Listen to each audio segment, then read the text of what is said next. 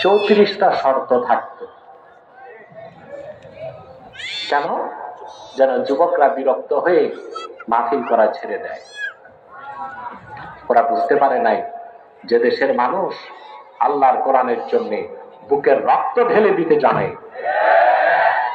হাজারো শর্ত দিয়া কোরআনের মিশন থেকে তাদেরকে সরানো যাবে না।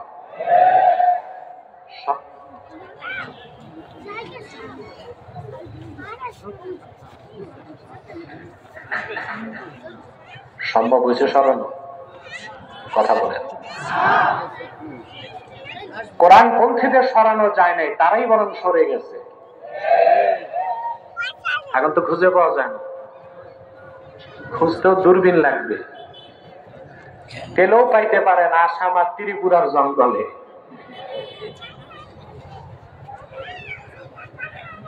এটা হচ্ছে আমাদের দেশের পলিটিশিয়ান যারা, তাদের জন্য একটা শিক্ষা। ইসলাম আর মুসলমানকে চ্যালেঞ্জ করে বাংলাদেশে কেউ রাজনীতি করতে আগেও পারে নাই, এখনো পারে নাই, কিয়ামত তক পারবে না। পারছে? আগেও পারে নাই, এখনো সম্ভব না, সামনেও। ইসলাম আর মুসলমানকে বাদ দিয়া বাংলাদেশে কারো রাজনীতি চলবে না। পরাজিত শক্তি থেকে আগামীর বিজয়ী শক্তিকে সেই শিক্ষা নিতে হবে। কি বলেন? নতুবা সামনে যারা আসবে তাদের পরিণতি তাই হবে, যারা পালিয়ে বেড়াচ্ছে তাদের যে পরিণতি হয়েছে। আল্লাহর দিন শিখতে মানুষ যখন বের হয়, কি পরিমাণ সম্মান পেয়েছেন আপনারা? আল্লাহর হাবিবের হাদিস সাক্ষ্য দেয়, কোন মুমিন যখন কোরআনের ইলম শিখার জন্য ঘর থেকে বের হয়, ওয়া ইন্নাল মালাইকাতা লা তাদাউ আজনিহাতাহা রিদান লিতালিবিল ইলম। কোরআন হাদিস শিখার জন্য আল্লাহর কোন বান্দা যতক্ষণ হাঁটে, আল্লাহর রহমতের ফেরেশতারা তাদের পদতলে নূরের পাখা বিছায় দেয়। ফেরেশতাদের বিছানো পাখার উপর পা রেখে রেখে আপনারা এই মাঠে আসছেন। এইরকম মহিলা কণ্ঠে বললে হবে? একসাথে পুরুষ ও চিতকণ্ঠে বলেন সুবহানাল্লাহ। আপনাদের দেশে মন্ত্রী এমপিরা যখন আসে লাল গালিচার উপর হাঁটে, ওটা তো পচা পাটের চটেরই তৈরি। আপনারা হেঁটে এসেছেন ফেরেশতার পাখায় পা রেখে রেখে। সৌভাগ্য আপনাদের, এ মর্যাদা পাইছেন কেন?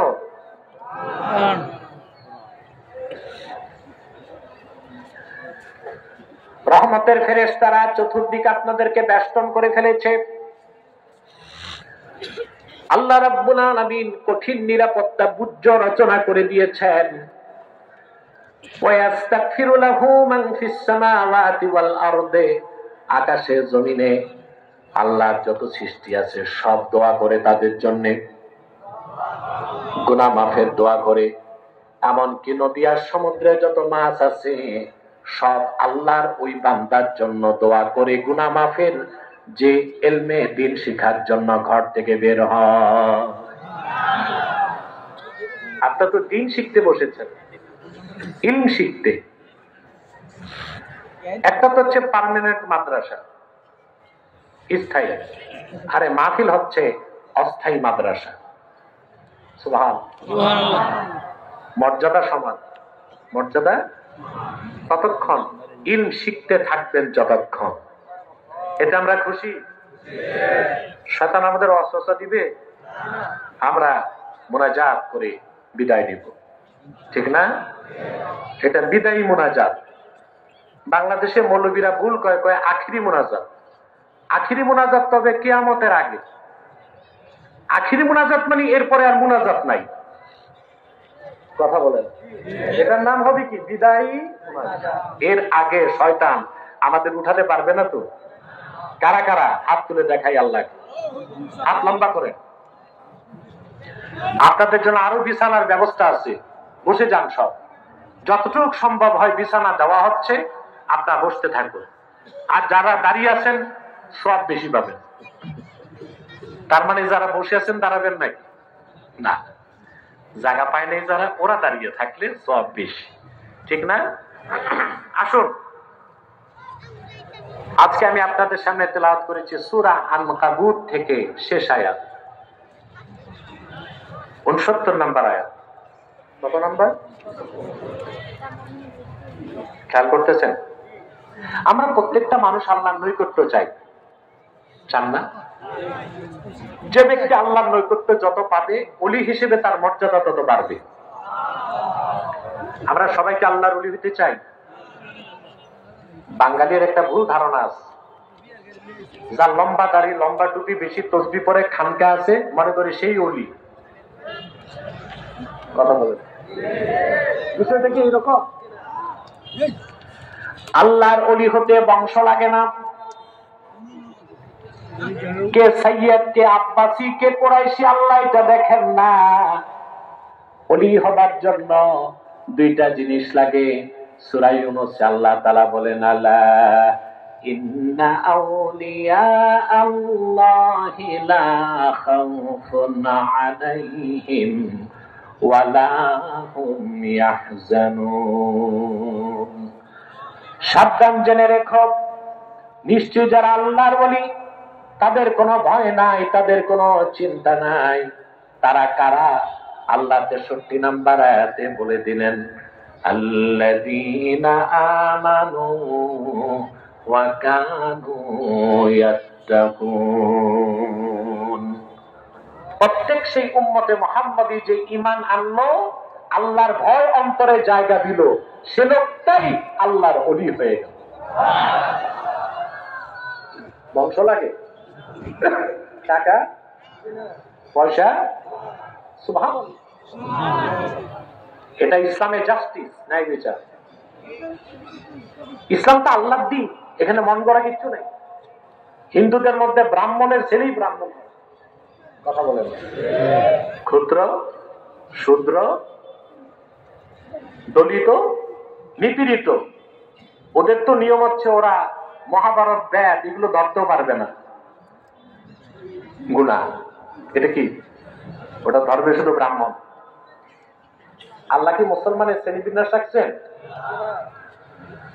যে কোনো মুমিন মুসলিম ওযু করে আল্লাহর কোরআন ধরতে পারে কিনা? সুবহানাল্লাহ। কি জাস্টিস, কি ইনসাফ, সুবহানাল্লাহ।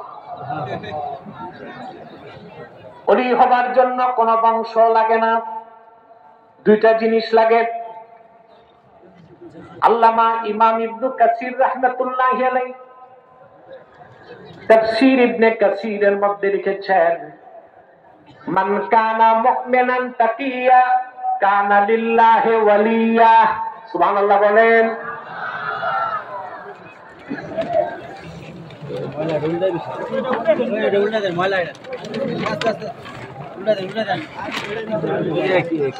কিচ্ছু নাই, এরা বসার জায়গা নিচ্ছে। পিছের কেউ না বুঝে ভাববে বিরিয়ানির পোটলা নিতেছে। এই হাজার হাজার মানুষের কোত্থেকে পোটলা দিবে ওরা? আমার বাচ্চাগুলো কষ্ট করে মাহফিলটা করে, এলাকার যুবকরা। এবার তো আমি ভাবছি ঘরে শোনালে বিল্ডিং উঠে গেছে, মানুষ জায়গা নিবে কই? বুঝলেন না? আমি বাচ্চালি করবো না। এক ঝাঁক যুবক যে উপস্থিত, করতে হবে, ঈদগাহ করতে হবে। আমার কাজই তো হচ্ছে আল্লাহর কোরআনের জন্য জীবন বিলীন করা। কর্মী যদি আগায়, তো নেতা পিছিয়ে থাকে কেন? সুবহানাল্লাহ বল। ওরা যতটুকু পেরেছে আপনাদের ব্যবস্থা করে দিচ্ছে। পোটলা পোটলা দরকার নাই, রুহের খোরাক পাচ্ছি। সুবহানাল্লাহ বল। গেজায় রূহ, সুবহান। এটা কি কম কথা? প্রতি শ্বাসে 10 নেকি পাচ্ছেন। এতে আসছেন, প্রতি কদমে 10 নেকি পাইছেন। বাড়ি যাবার আগে যদি মৃত্যু হয়, শহীদের খাতায় নাম উঠবে। মুনাজাতে যখন হাত তুলবেন সগীরা গুনাহ সব মাফ হয়ে যাবে। আর যদি আমার আল্লাহর কাছে আত্মসমর্পণ করে 2 ফোঁটা চোখের পানি ফেলতে পারেন, কবিরা গুনাহ মাফ হয়ে যাবে। শিশুর মতো নিষ্পাপ হয়ে বাড়িতে ফিরে যেতে পারবে। আর পোটলা লাগবে? আল্লাহ কবুল করুন। বলছিলাম ওলি হইতে বংশ 2টা জিনিস। মান কানা মুমিনান তাকিয়্যা কানা লিল্লাহি ওয়ালিয়্যা। রাসূলুল্লাহর প্রত্যেক শিখ উম্মত, কি শ্বেতাঙ্গ কি কৃষ্ণাঙ্গ, কি বাঙালি কি আফগানি কি মার্কিনি, ওর যদি 2টা জিনিস থাকে, ঈমান আর আল্লাহর ভয়, সেই আল্লাহর ওলি। সুবহানাল্লাহ। তা আজকে কিভাবে ওলি হবেন আমরা শিখবো তা, ঠিক আছে?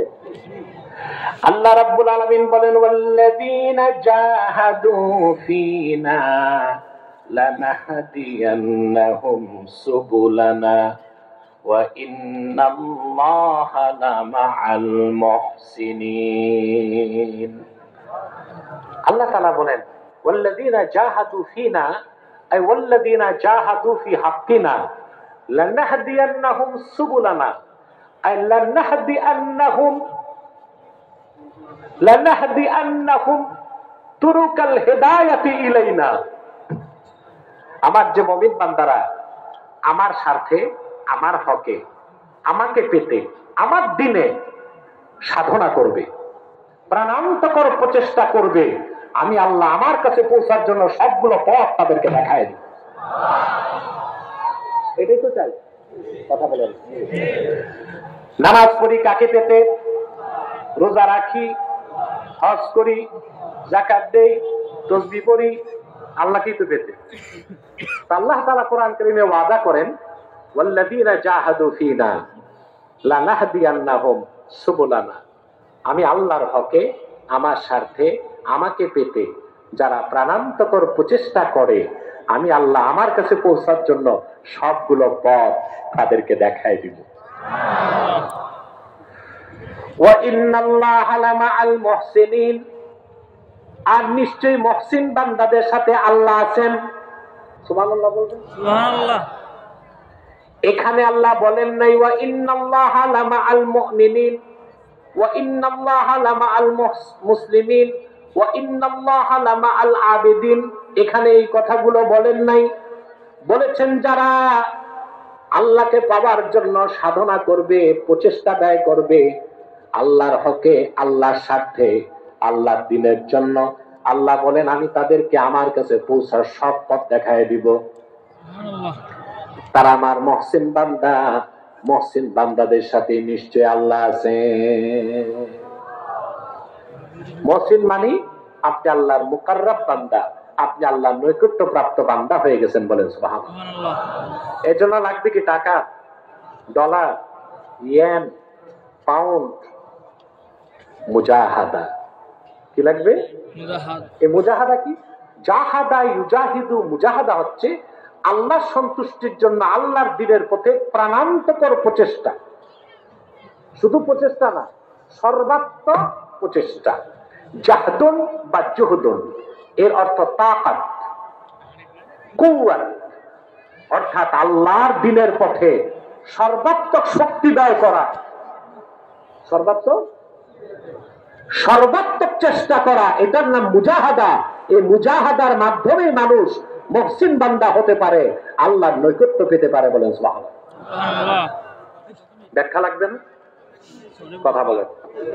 ঘুমাচ্ছেন? শীত লাগতেছে? বলেন। আমার লাগতেছে।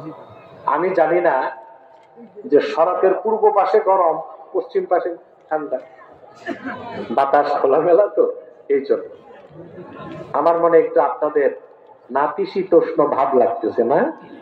আপনারা মজায় আছেন, আমি তো উপরে বসছি, ঠান্ডা লাগতেছে। ঘুমাচ্ছেন না? দেখি একটু টেস্ট করবো। কে কে ঘুমান? হাত উঠান।